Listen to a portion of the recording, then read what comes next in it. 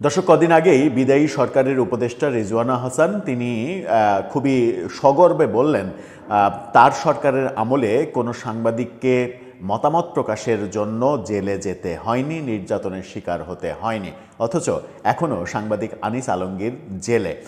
সাংবাদিক আনিস আলমগীর সহ অন্তত প্রায় 450 সাংবাদিক জেলে রয়েছে কিংবা তাদের নামে নানাভাবে জুলাই আন্দোলনের মামলা দেয়া হয়েছে। শত শত সাংবাদিকের অ্যাক্রেডিটেশন কার্ড বাতিল করা হয়েছে। কিছুদিন আগেই 3 মাস জেল খেটে বেরোলেন আরেক সাংবাদিক মঞ্জুরুল হাসান পান্না।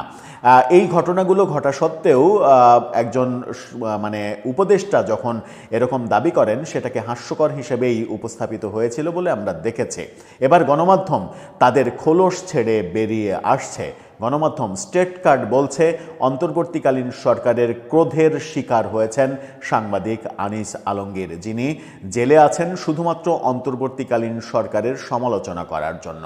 চলুন গণমাধ্যম খোলস ছেড়ে বেরিয়ে এখন কি বলার চেষ্টা করছে, গণমাধ্যমের ভাষা কি, আনিস আলমগীর নতুন সরকারের আমলে খুব শীঘ্রই জামিন পেয়ে যাবেন কিনা সেগুলো একটু আলোচনা করে বোঝার চেষ্টা করি এই ভিডিওতে। থাকবেন পলিটিক্স টিভি। বলছিলাম সাংবাদিক আনিস আলমগীরের কথা, এবং গণমাধ্যম এখন স্পষ্ট করে বলছে, বিভিন্ন গণমাধ্যমে আজকে খবর হয়েছে, গণমাধ্যম নতুন সরকারের আগমনের দিনে পুরাতন সরকার যখন বিদায় নিল, পুরাতন সরকারের বিরুদ্ধে জমা হওয়া গাদি গাদি অভিযোগ যা এখন গণমাধ্যমে প্রকাশিত হতে থাকবে, এটা এখন একেবারে দিনের আলোর মতো সত্য হয়ে গেছে। সাংবাদিক আনিস আলমগীরকে যে নির্যাতন করা হয়েছে, তাকে যে এক ধরনের সরকারি মবের আয়োজন করে তাকে জেলে ভরা হয়েছে, এটা আমরা সবাই জানতাম, কিন্তু আমরা হয়তো অনেকেই মুখ ফুটে বলতে পারতাম না, গণমাধ্যমও বলতে পারতো না। কারণ এই সরকারের আমলে গণমাধ্যমের উপরে সব থেকে বেশি চাপ প্রয়োগ করা হয়েছে। যদিও সরকার বারবার বলার চেষ্টা করেছে কোনো ধরনের কোনো চাপ দেয়নি সরকার। সরকারের প্রেস উইং ছিল একটা, যে প্রেস উইংয়ের অনেকেই প্রথম আলো ডেইলি স্টারে চাকরি করতেন। সেই লোকজন থাকা সত্ত্বেও প্রথম আলো ডেইলি স্টারকে পুড়ে যেতে হয়েছে, তারা কিছুই করতে পারেনি। কি বলছে গণমাধ্যম চলুন একটু দেখে নিই। বলছে, শিরোনামটা দেখে নিন, অন্তর্বর্তী সরকারের ক্রোধের শিকার আনিস আলমগীর। সেখানে বলা হচ্ছে সরকারের সমালোচনা করায় কারাগারে অন্তরীণ সাংবাদিক আনিস আলমগীর। 2 মাস যাবৎ তিনি কারাগারে আছেন। গত বছরের 14 ডিসেম্বর রাজধানীর ধানমন্ডির একটি জিম থেকে তাকে তুলে নেওয়া হয় এবং একাধিক মামলায় তাকে গ্রেপ্তার দেখানো হয়, নেওয়া হয় রিমান্ডে। তাকে 5 দিনের রিমান্ডে নেওয়া হয়েছিল। একজন সাংবাদিককে রিমান্ডে নেওয়ার এই ঘটনা সরকারের ক্রোধের যে চিত্র, সেই চিত্রটাকে পরিষ্কার করেছে। তাকে গ্রেপ্তারের পর অন্তর্বর্তী সরকারের সময়েও মত প্রকাশের স্বাধীনতা নিয়ে প্রশ্ন ওঠে। সুনির্দিষ্ট কোনো অভিযোগ ছাড়া এভাবে আটকের পর দায়ের হওয়া মামলায় গ্রেপ্তার দেখানোকে কার্যক্রম নিষিদ্ধ আওয়ামী লীগ সরকারের আমলকে তুলনা হিসেবে অনেকেই বলার চেষ্টা করেছেন। নিন্দা জানিয়েছেন বিভিন্ন সাংবাদিক সংগঠন, মানবাধিকার সংস্থা। সরকারের কড়া সমালোচনা করতেই কি এই পরিণতি, এমন প্রশ্নও তোলেন কেউ কেউ। এরপরও টনক নড়েনি সরকারের, উল্টো বারবার জামিন বাতিল হওয়ায় শুনানি শেষে আদালত চত্বরে ক্ষোভ প্রকাশ ও কাঠগড়ায় কান্না করেছেন সাংবাদিক আনিস আলমগীর। ধানমন্ডির একটা জিম থেকে তাকে তুলে নেওয়া হয়।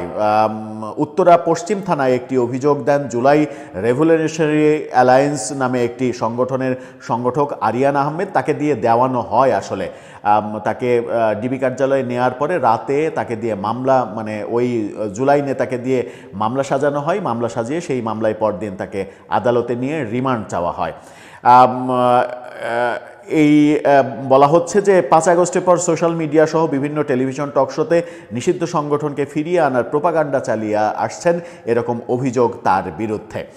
এর মাধ্যমে তারা আওয়ামী লীগকে পুনর্বাসনের পায়তারা করছেন, এই ব্যাপারগুলো বলা হয়। এদিকে আবার দুদক আরেক কাঠি সরেশ। 15 জানুয়ারি জ্ঞাত আয় বহির্ভূত সম্পদ অর্জন এবং মানি লন্ডারিংয়ের অভিযোগে আনিস আলমগীরের বিরুদ্ধে দুদক মামলা করে এবং সেই মামলায় তাকে গ্রেপ্তার দেখানো হয়। এই যে গ্রেপ্তার, আইন ও সালিশ কেন্দ্র এক বিবৃতিতে বলছে একজন সাংবাদিকের বিরুদ্ধে সন্ত্রাস বিরোধী আইন প্রয়োগ করা হয়েছে, যা স্পষ্টতই আইনটির উদ্দেশ্য ও পরিধির অপপ্রয়োগের শামিল। সন্ত্রাসী কর্মকাণ্ড দমনের জন্য প্রণীত একটি কঠোর আইনকে মত প্রকাশ ও সাংবাদিকতার উপরে প্রয়োগ করা গণতান্ত্রিক রাষ্ট্রের মৌলিক নীতির পরিপন্থী এবং মত প্রকাশের স্বাধীনতার উপরে সরাসরি আঘাত। সম্পাদক পরিষদের বিবৃতিতে বলা হয়, এ ধরনের আচরণ অতীতের স্বৈরাচারী শাসন আমলে সাংবাদিকদের প্রতি রাষ্ট্রীয় দমনপীড়নের স্মৃতি উস্কে দেয়।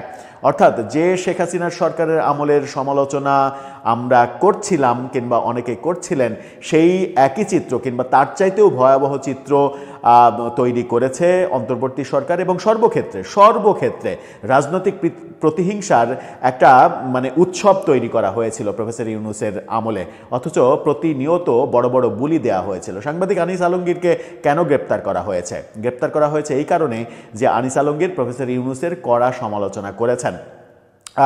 আনিস আলমগীর সম্ভবত একটা টক শোতে এরকম কথা বলেছিলেন যে আজকে যাদের বাড়িঘর পোড়ানো হচ্ছে, 32 পোড়ানো হচ্ছে, এটা পোড়ানো হচ্ছে, ওটা পোড়ানো হচ্ছে, কালকে যদি তারা ক্ষমতাবান হয় তাহলে তারা কি প্রফেসর ইউনূসের বাড়ি চেনে না?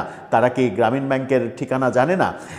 এই কথাগুলো বলেছেন। যদিও ব্যক্তিগতভাবে আমি মনে করি যে এই কথাগুলো আনিস আলমগীর না বললেই পারতেন, তাতে এক ধরনের পরোক্ষভাবে ব্যাপারটাকে উস্কে দেওয়ার মতো হয়ে যায় যে আওয়ামী লীগ যদি কখনো ফিরে আসে তাহলে তারা এগুলোকে টার্গেট করবে। তিনি কৌশলে এই ব্যাপারগুলোকে অন্যভাবে বর্ণনা করতে পারতেন, কিন্তু তিনি তো এটাও আবার বলেননি যে এগুলোতে আক্রমণ করতে হবে কিংবা আপনারা এসে এগুলোকে আক্রমণ করবেন। তিনি ইনডাইরেক্টলি বুঝিয়েছেন, হ্যাঁ ভালো হতো তিনি ইনডাইরেক্টলিও এই কথাগুলোকে অন্যভাবে বললে সেটা ভালো হতো, কিন্তু তাই বলে সরকারের এত ক্রোধ, এত রাগ তার উপরে অর্পণ করতে হবে এবং তাকে একেবারে শায়েস্তা করে ছাড়তে হবে, এই যে নীতি সরকারের, এই নীতির মাধ্যমে পরিষ্কার হয়ে গেছে যে সরকার আদতে কি